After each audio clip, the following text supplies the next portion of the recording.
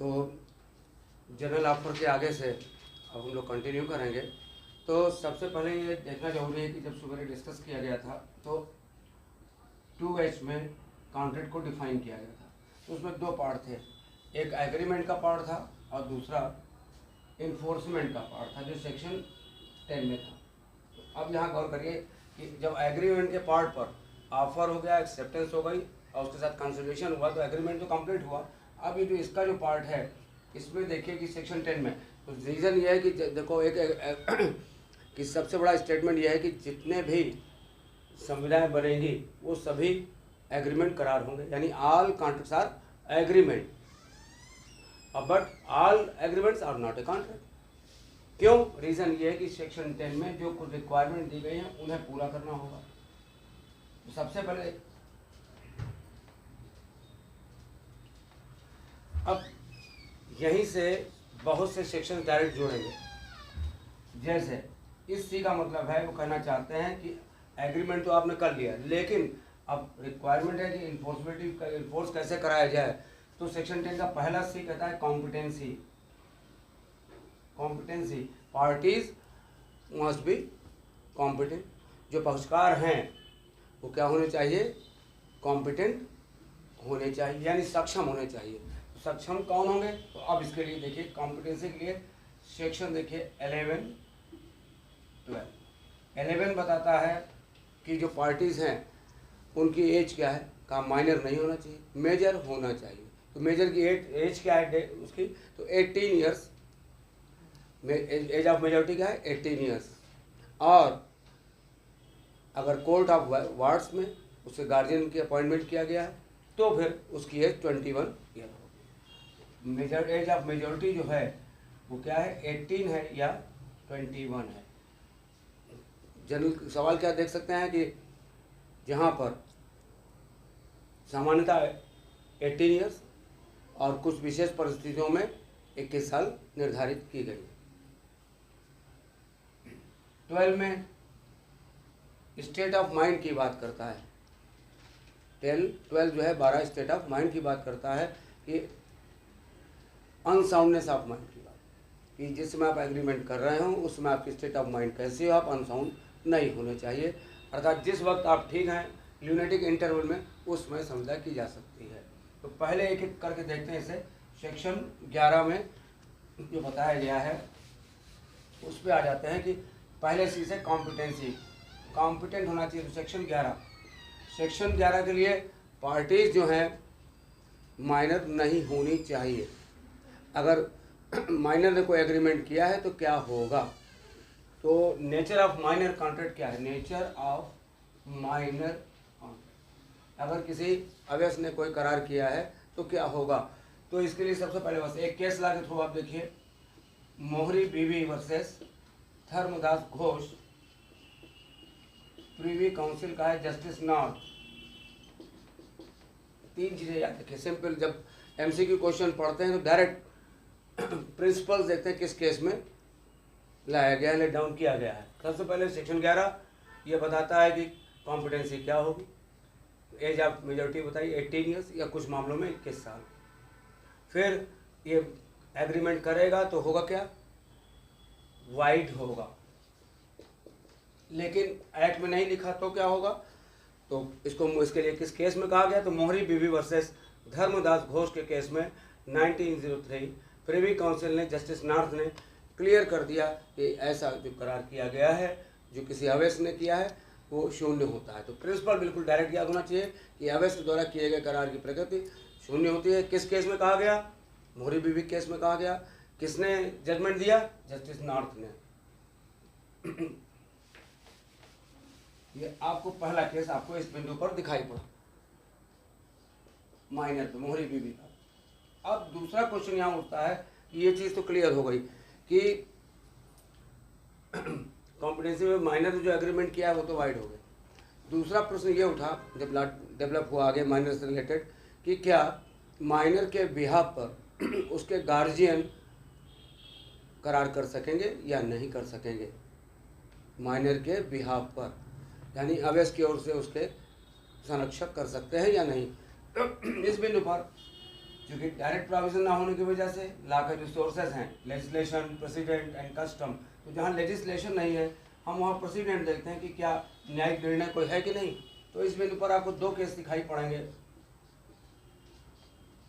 जहाँ पर क्वेश्चन क्या है कि क्या गार्जियन माइनर के बिहाफ पर एग्रीमेंट कर सकते हैं या नहीं। तो आपको दो आंसर मिलेंगे, एक बार मिलता है नो, दूसरा मिलता है यस।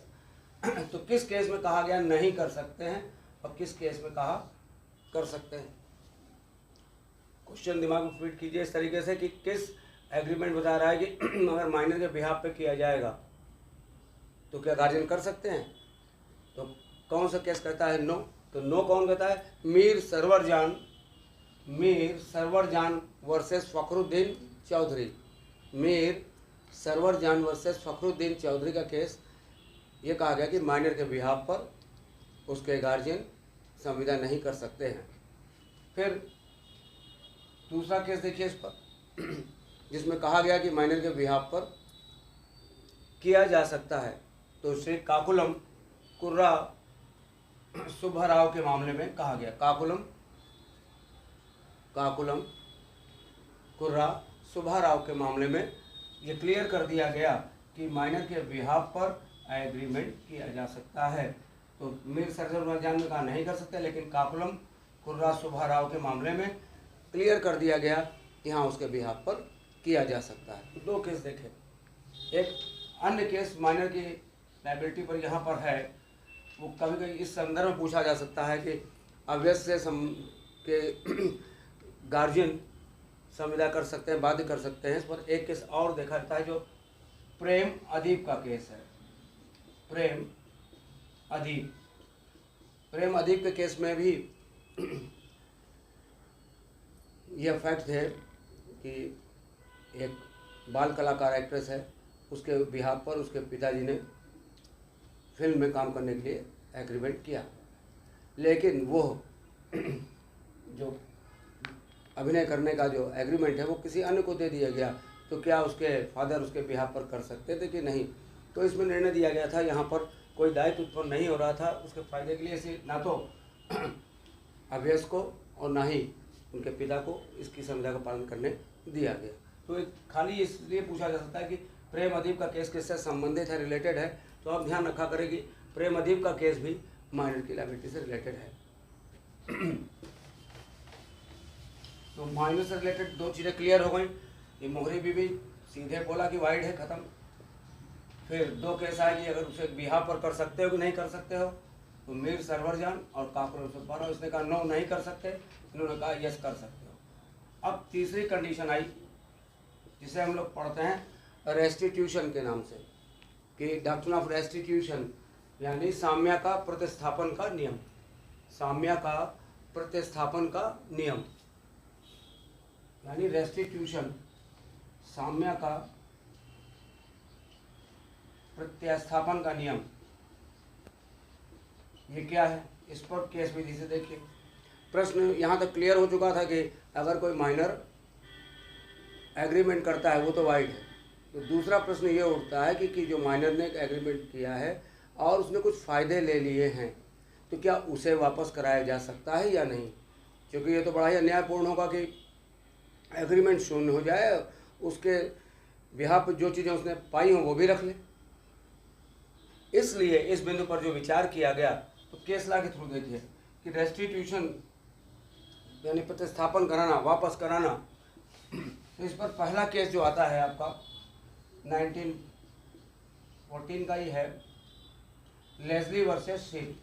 लेस्ली वर्सेस शील का केस आ जाता है, लेस्ली वर्सेस शील, किंग्स बेंच का केस है लेस्ली वर्सेस शील। अब इस केस में सिंपल फैक्ट है कि एक माइनर ने झूठ बोलकर एक महिला से कुछ पाउंड 400 पाउंड के आसपास उधार ले लिया था, ये कहकर कि वो मेजर है। जब देने की बात आई तो उसने इनकार किया कि वो तो माइनर है। जाहिर है कि माइनर कॉन्ट्रैक्ट तो वाइड है। तो क्वेश्चन दूसरा उठता है कि अगर वाइड है तो लेकिन जो उसने फ़ायदा लिया है क्या उसे वापस कराया जा सकता है या नहीं। इस केस में यह रूलिंग दी गई इस बिंदु पर कि हाँ वापस तो कराया जा सकता है, लेकिन तब जबकि प्रॉपर्टी जो उसने ली है वो ट्रेसेबल हो, पहचानी जा सकती हो। तो रूलिंग क्या कह रहा है कि वेदर प्रॉपर्टी इज ट्रेसेबल, जहाँ संपत्ति पहचानी जा सकती है वहाँ लौटाई जा सकेगी। तो लेस्ली वर्सेस शील ने इस बात को क्लियर किया, लेकिन कंडीशन क्या लगी? ट्रेसेबल की, पहचानना। अगर संपत्ति पहचानी जाए तब तो वापस कराई जाएगी, अदरवाइज वापस नहीं कराई जाएगी। तो ये स्थिति यहाँ पर लेस्ली वर्सेस शील में क्लियर हुई। दूसरी चीज़ देखिए, गौर करने वाली चीज़ यह है कि अगर यहाँ पर आप ध्यान दें तो ये कॉन्ट्रैक्ट वाइड है माइनर के, लेकिन एक सेक्शन आप देखें 65 सेक्शन की हेडिंग याद करनी, एग्जाम में याद करनी चाहिए, 65 और 64 की। ये दोनों सेक्शन इस बात के लिए हैं कि 64 कहता है कि कोई एग्रीमेंट, कोई कॉन्ट्रैक्ट वाइडेबल है अगर कोई संविदा शून्यकरणी है, और 65 कहता है कि कोई करार या कॉन्ट्रैक्ट शून्य हो गया है तो जो भी बेनिफिट्स इसके अंतर्गत लिए गए हैं उस करार के अंतर्गत उसे वापस कराया जा सकता है। ये दोनों सेक्शन इस बात को मेंशन, कभी आप इसको ध्यान कर देखा करिए पढ़ते समय कि 64, 65 केवल इस बात पे हैं कि इनमें ये बताते हैं कि अगर कोई एग्रीमेंट जो है वाइड हो गया है या कोई संविदा शून्य करनी हो गई तो जो उसके अंतर्गत जो फायदे लिए हैं वो वापस कराए जा सकते हैं। ये प्रावधान यहाँ पर दिए हैं, लेकिन ये माइनर पर अप्लाई नहीं होते हैं, क्योंकि माइनर का जो लॉ है एक विशेष विधि है और दूसरी ओर ये सामान्य विधि है। तो एक फ्रेज है मैक्सिम में कि जनरलिया स्पेशलिसिव नॉन डिरोगेंट, यानी जहाँ पर विधि के विशेष प्रावधान है और सामान्य प्रावधान है वहाँ विशेष प्रावधान प्रभावी होंगे, सामान्य प्रावधानों को उनके लिए रास्ता खाली कर देना होगा। तो ये प्रावधान स्पेशल माइनर कॉन्ट्रैक्ट को सुरक्षा दी जा रही, इसलिए लागू नहीं किए जा सकते। यहाँ तक क्लियर हुआ। लेस्ली वर्सेस शील ने एक प्रिंसिपल दे दिया कि ट्रेसेबल हो। इसके 1914 का था, 14 साल बाद 28 में एक केस डिसाइड किया जस्टिस शादीलाल जी ने। जस्टिस शादीलाल जी ने, लाहौर कोर्ट का केस है, ये केस बहुत इंपॉर्टेंट है। जस्टिस शादीलाल जी ने खानगुल वर्सेस लाखन सिंह का केस डिसाइड किया। खानगुल वर्सेस लाखन सिंह का केस डिसाइड किया।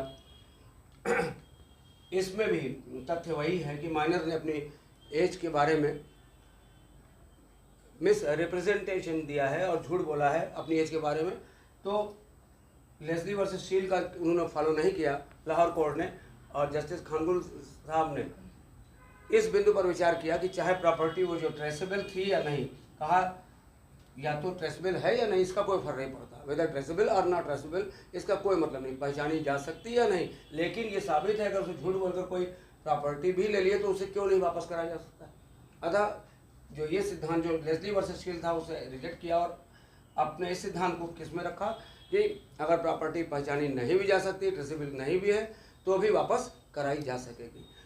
अब यहाँ पर आप पॉइंट आउट कर सकते हैं, ये उल्लेखनीय है यहाँ पर, क्योंकि इनके द्वारा दिया गया जो जजमेंट है जस्टिस शादीलाल जी, जो कि जजेस के नाम इसमें याद रखने पड़ते हैं कभी कभी कॉन्ट्रैक्ट लॉज में, कि जस्टिस शादीलाल ने जो जजमेंट दिया है लाहौर कोर्ट में, ये स्पेसिफिक रिलीफ एक्ट के सेक्शन 32 सब क्लास 2 में बी में रखा गया है। स्पेसिफिक रिलीफ एक्ट के सेक्शन 33(2)(b) में रखा गया है। ये आप सवाल को ध्यान दे सकते हैं। कभी कभी कंपटीशन की तैयारी करिए, देखिए पूछा जा सकता है कि ये जो दिया गया निर्णय है स्पेसिफिक रिलीफ एक्ट की किस धारा में वर्णित किया गया है, उल्लेखित किया गया है, बताया गया है। सेक्शन 33 सब क्लास 2(b) में रखा गया है। अब चूँकि दोनों ही कोर्ट छोटी कोर्ट्स हैं, एक इसके बाद इसी से रिलेटेड एक केस अयोध्या प्रसाद वर्सेस चंदन दास का केस भी डिसाइड किया गया। अयोध्या प्रसाद वर्सेस चंदन दास का, जिसने लेस्ली वर्सेस शील को फॉलो किया है। ये इसके 9 साल बाद ही आया था, तो 37 का केस है ये।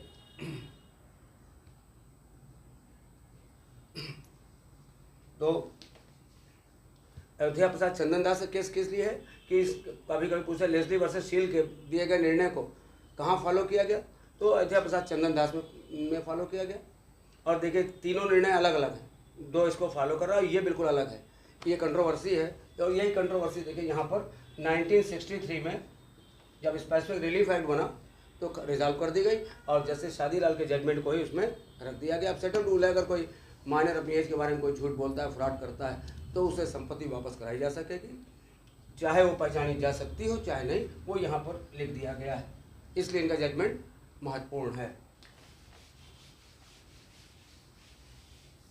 अब देखिए तीन चीज़ें हो गई, नेचर वाइड, नेचर पता चल गया, वाइड हो गया, और उसके बिहाफ पे किया जाता है, रेस्टिट्यूशन देख लिया। अब फोर्थ आया क्या, रेटिफिकेशन, रेटिफिकेशन यानी अनुसमर्थन। क्या माइनर जो है, जो कॉन्ट्रैक्ट करने जा रहा है, जो किया है उसने, जिसमें वो माइनर है, क्योंकि माइनर होने की वजह से वाइड, तो आज मैं 14 ईयर्स का हूँ, मैं एग्रीमेंट करता हूँ आपसे, क्योंकि माइनर होने की वजह से वाइड है।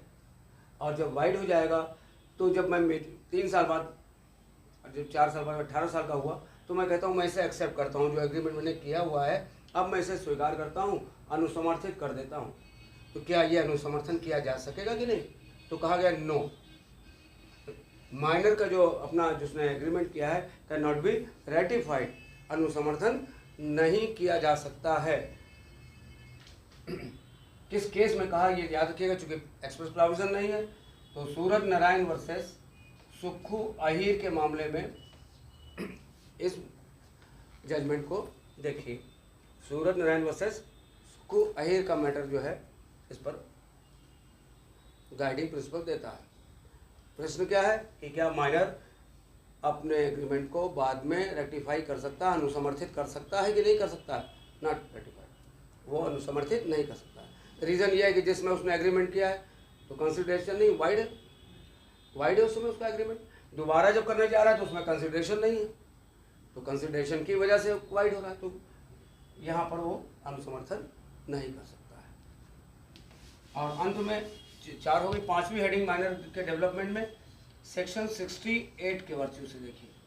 सेक्शन 68 ये क्वासी कॉन्ट्रैक्ट में है, क्वासी कॉन्ट्रैक्ट 68 से 72 तक दिए गए हैं, लेकिन आपको यहाँ तक देखना, केवल 68 को यहाँ देखना कि अगर माइनर है या और भी इनकेपेबल पर्सन है, अगर उनकी, क्योंकि उनको भी बहुत सी नेसेसिटी, बहुत सी आवश्यकताएं होती हैं, तो उनकी ज़रूरत के लिए, उनकी आवश्यकताओं के लिए अगर कोई व्यक्ति इन्हें सप्लाई करता है, कोई सामान को देता है, और इनके बिहाफ पर कोई जो लीगली विधिक रूप से बाध्य है, इनके लिए कोई एग्रीमेंट करता है, तो क्या लागू कराया जा सकेगा कि नहीं। तो सेक्शन 68 इस बात का जवाब देता है कि इनकी विधिक आवश्यकताओं के लिए अगर किसी ने कोई सामान इत्यादि दिया है तो उसके लिए इनके संविधा को लागू कराया जा सकेगा, यानी इनकी संपत्ति से भुगतान किया जा सकेगा। ये 68 में है। तो टोटल क्या देखा इसने, सारे पॉइंट माइनर से रिलेटेड थे। क्यों, यहाँ सेक्शन 6 का 7C का पहला सी हमने देखा था 10 का, कि कॉन्ट्रैक्ट बनने के लिए एग्रीमेंट को पहले हर्डल पार करो, तो कॉम्पिटेंसी देख ली, फिर जब कॉम्पिटेंसी देख लेंगे तो सी से दूसरा कंसिडरेशन देखेंगे, और तीसरे सी से हम देख लेंगे उसके कंसेंट फ्री है या नहीं। तो नेक्स्ट वीडियो में इसको हम आगे देखेंगे, कंटिन्यू करेंगे।